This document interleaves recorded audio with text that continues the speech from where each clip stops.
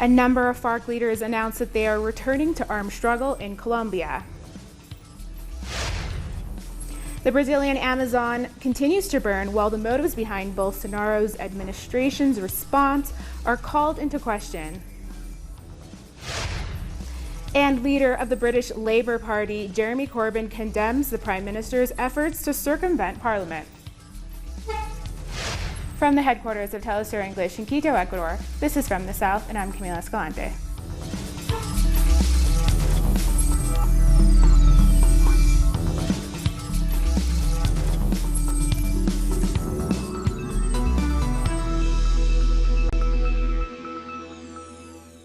We begin in Colombia, as a group of FARC leaders has announced that they are returning to armed struggle.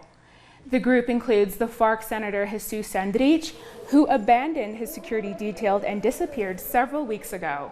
It also includes Ivan Marquez, who was the lead negotiator for the FARC in the peace talks with the government, which led to the signing of the peace accord in 2016. They made their announcement in a video from an undisclosed location. The group says it is forced to take up arms again because the Colombian government has refused to implement the peace agreement reached in Havana. It says its target will not be soldiers of the military as such, but the Colombian oligarchy. Since the signing of the peace agreement in Havana and the ingenious disarming of the guerrillas in exchange for nothing, the killing hasn't stopped.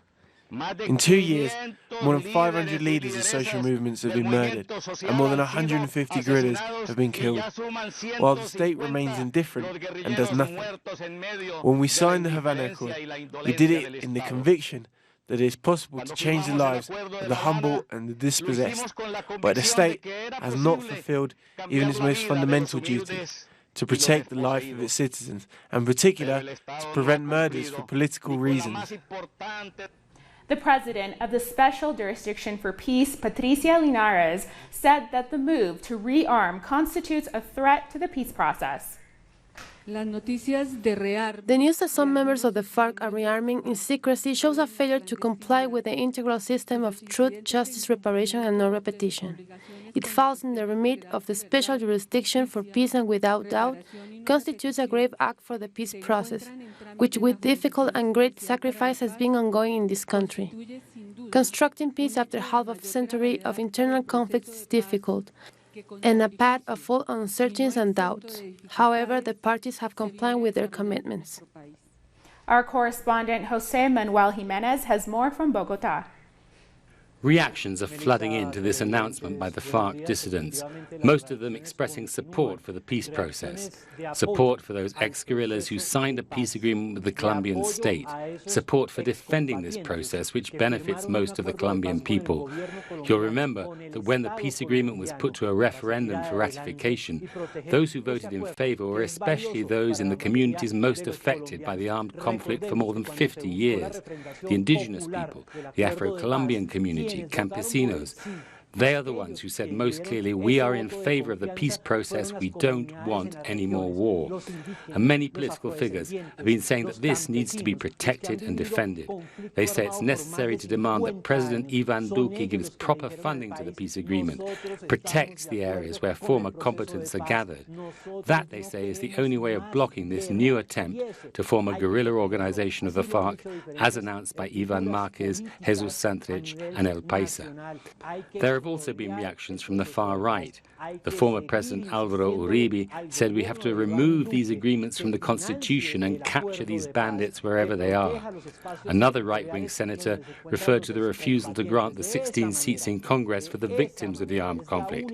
And that refusal by Uribe's Democratic Center Party has meant that the victims still don't have the recognition they were promised in the peace deal. This is a government that has also refused to recognize the murders and disappearances that have continued at an alarming rate. We should also remember that the peace accords have been recognized internationally, endorsed by the UN Security Council and the International Court in The Hague. But this government has repeatedly refused to stand by these international agreements by failing to finance the agreements and pushing the former guerrillas into a corner. Nonetheless, the FARC political party insists it will continue to struggle for peace through political democratic means. Now we're joined by Jim Hodson, who is familiar with the situation in Colombia through the United Church of Canada, which has worked with Colombian churches in their work for peace. Nice to have you, Jim. It's good to be here. Thank you. Now, you've spent time in Colombia over the past 3 decades, and you know that September 2016 marked the start of a very long process. What has been the reaction to the news from the organizations you're close to there? Well, I think it's a combination of sadness that the peace process is even more at risk now than ever. At the same time, not really surprise. The government of Colombia has failed to come through with its commitments, especially to protect the people who did lay down their arms. So I think that the response is, yes, sadness that this has happened, but also some understanding about why, and then hope that somehow we can all get this back on the road again, because losing the opportunity for peace that we were also hopeful about 3 years ago is just tragic beyond words. Jim, can you describe the role of Uribe and Duque throughout this peace process? What have been the biggest breaches? I think that the former President Uribe and the current President Ivan Duque have been obstacles to peace, and it's disappointing to say that.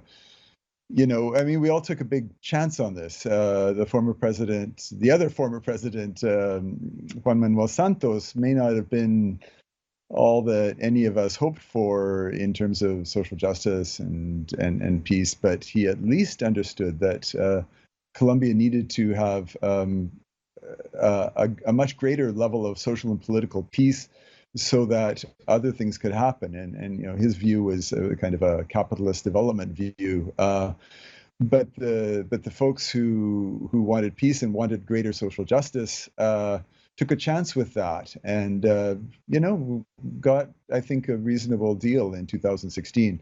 But Uribe and Duque have always opposed that, and they're backed by this array of paramilitary groups that never disarmed.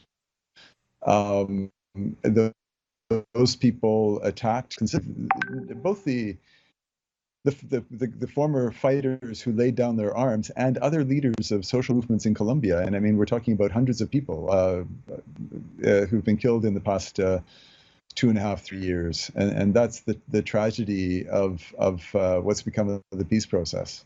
We need to get it back on track. Yeah, you raised the issue of that Colombians have been raising for quite some time about the climbing number of killings of campesinos, indigenous and social leaders throughout the country. And since the 2016 signing of the accord, the targeted killings of combatants, former combatants, since laying down their arms. How long has this been going on? People draw a line at different points, and so that's how we lose track of the numbers. But yeah, so I mean, before 2016, you could say, well, you know, there was a war going on, and this happened and that happened, and both sides were responsible, and what have you. But since September 2016, there's been a peace accord. Before that, there were ceasefires and whatnot. But after the signing of the peace accord, we've seen this actual increase again of killings of social leaders, and then the killings also of the former combatants. You have a peace agreement. There should be no killing of the former combatants, and despite pressure, not just from people on the left, but the international community, the governments that have been involved in trying to negotiate the ceasefires and the eventual peace accord, all of them denounced the continued killing of the social movement leaders and the targeted assassinations of the fighters who laid down their arms. And you're in North America. What kind of role do you see the U.S. and Canadian governments playing as the majority of Colombian people continue to struggle for peace? Are they helping or hindering this process? Well, we've had some engagement with the Canadian government recently over Colombia, and they say that peace continues to be the top priority and that they support the peace process and that they continue to meet with the civil society organizations and so on. And I wish that they would put the energy into that agenda that they put into, well, it would be topic for a different day, but subverting the Venezuelan government. So I think we can continue to press the Canadian government for change. The U.S. government has a different agenda, and I don't see a whole lot of hope from Trump or Pompeo to get behind the peace process. But I think people in the United States, the civil society organizations that have accompanied this process, the churches, labor, peace organizations, they will continue to press their government for a better attitude towards peace in Colombia. Because what we need now is solidarity with the social movements and all the people who've been working for peace in Colombia throughout these many generations. Thank you so much for joining us and speaking with us today about the latest developments in Colombia. We've been speaking to Jim Hodgson, who is from the United Church of Canada and has spent decades doing solidarity work, building peace with other churches in Colombia. After the break, the Venezuelan President Nicolas Maduro is working to restart dialogue with the country's opposition. Stay with us.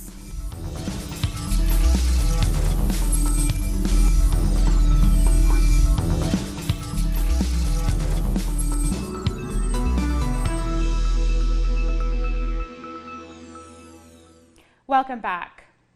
The Brazilian Amazon continues to burn despite a brief reprieve because of rainfall, and it's becoming ever more clear that the government of Jair Bolsonaro's lack of action is due to the interests of the land-owning political bloc, which is backing his social liberal party. Our correspondent in Rondônia, Brian Meir, is on the ground with the details. Now, we had a couple days in which it rained a little bit in the late afternoon in Porto Velho and Rondônia in southern Amazonas, and there was a lowering of the amount of fires, but it's drying out again and they're starting up. Greenpeace is saying that fires are going out of control in Pará right now, and the soy farmers and the ranchers are starting fires in southern Amazonas. So President Jair Bolsonaro today said he's going to shift military operations into the south of Amazonas.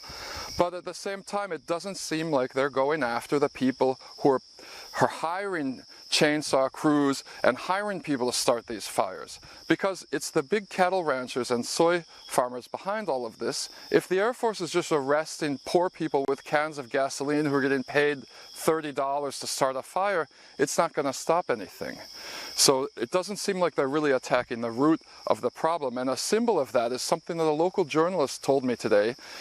She called up the fire department to learn about their plan for fighting the fires in Rondônia, and she got a message back from them that the plan is called Forest Fire 17.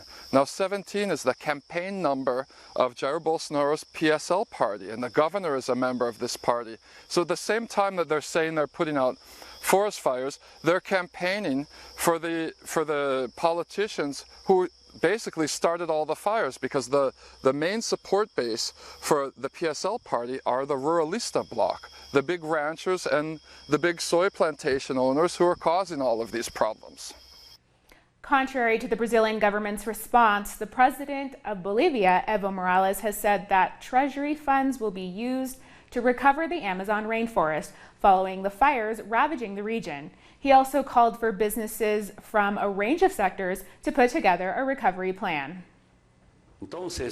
When we work together, bringing our experiences, sharing what we've lived, we give hope to future generations, especially in looking after the environment. That's why I've called together businesses across all social sectors to see how we can put together a recovery program following these fires in order to get back what we've lost. Venezuela's President Nicolas Maduro says that he is working to restart dialogue with the opposition. He was speaking to the Chinese agency Xinhua.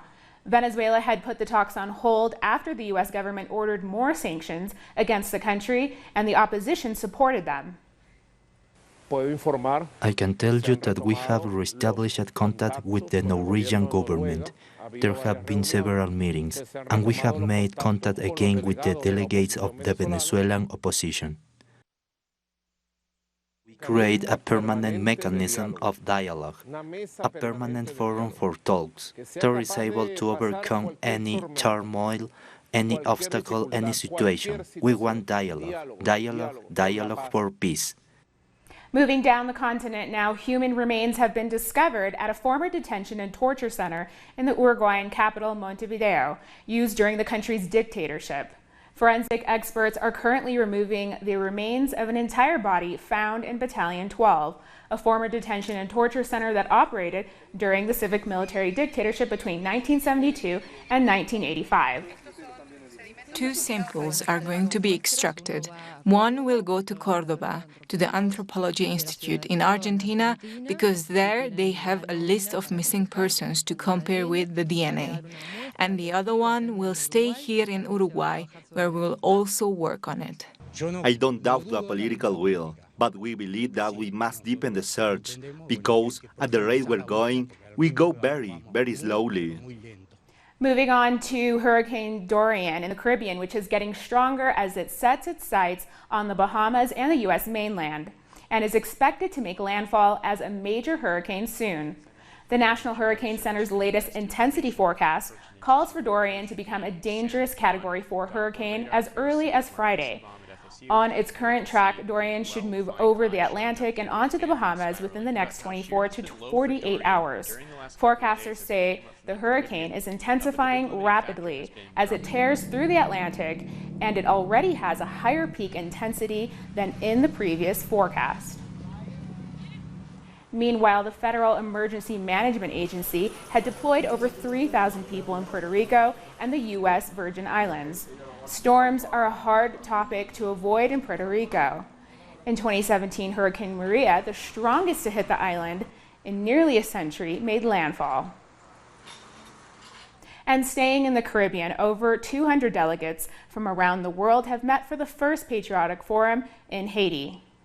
Campesinos, rights activists, and trade unionists from countries including Venezuela, Brazil, South Africa, and the United States gathered to discuss global social and political crises.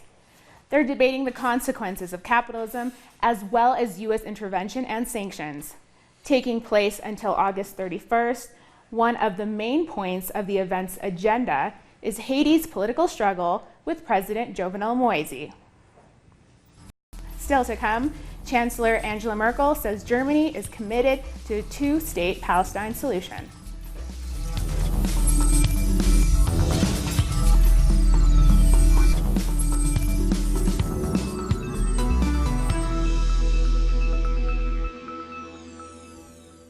Welcome back. The leader of the British opposition, Jeremy Corbyn, has condemned the Prime Minister's attempts to circumvent Parliament to assure a no Brexit exit from the European Union. Corbyn highlighted the consequences such a departure would have on trade, jobs, and the north of Ireland's border with the Republic of Ireland. The Labour Party said that the parliamentary process to prevent no deal would begin next Tuesday.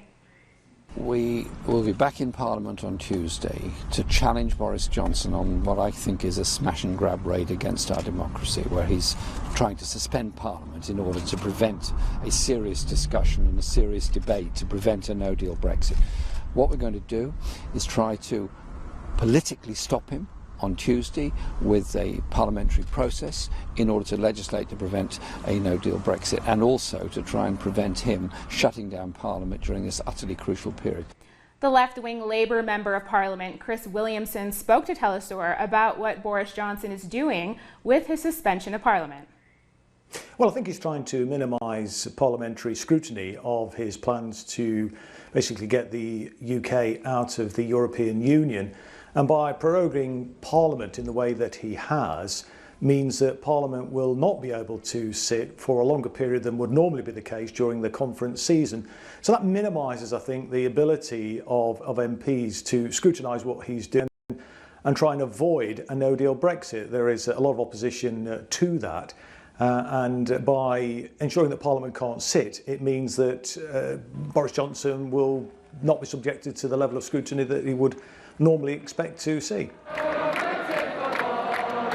Labour's seeking to try to get a deal which works in the interests of the British people, but there are views within the Labour Party do differ. I mean, there are some people who would be happy for Britain to leave the European Union. Others obviously are very concerned about it. But I think where we're united is that we want to try and ensure that we get the best possible outcome for the British people.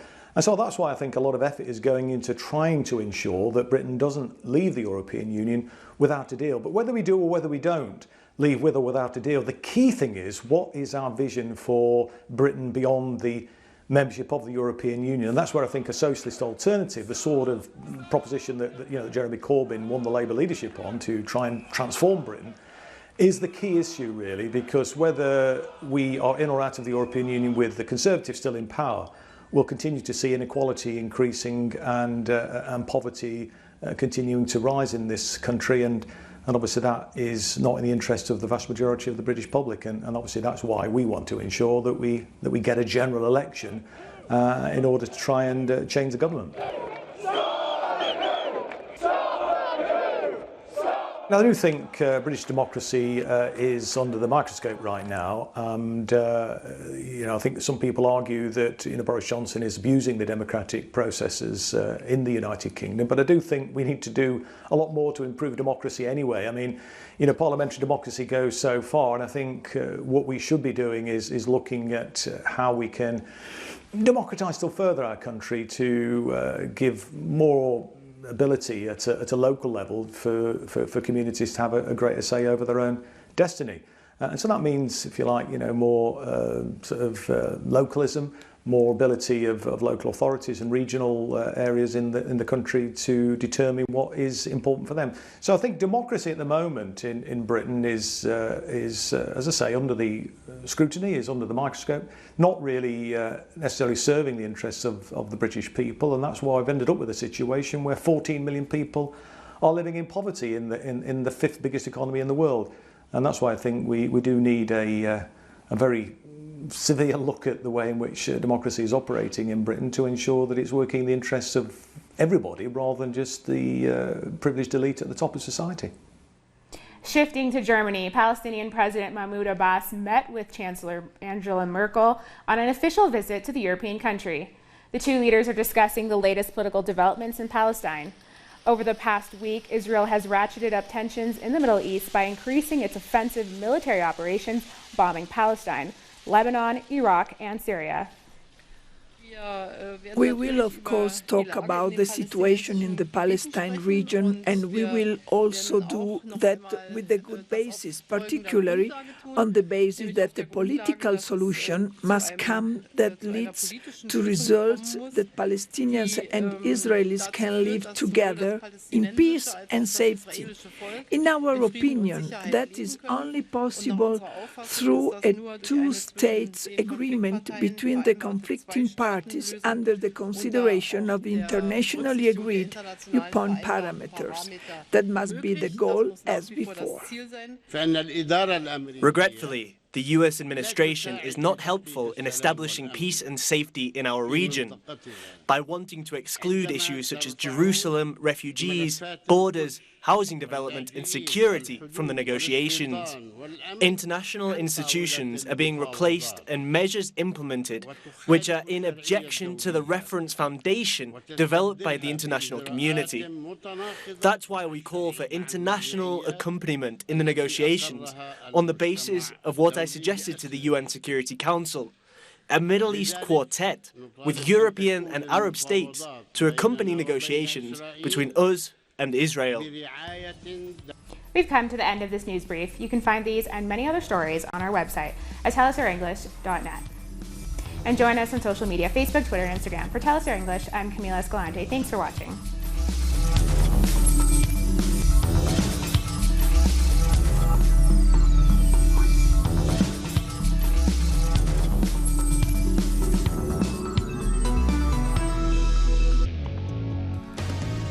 A review of the world news that investigates. incites analysis and induces criticism, because every event has a context. Pusimos el punto en ahí. Dot in the eye. Saturdays, only on teleSUR.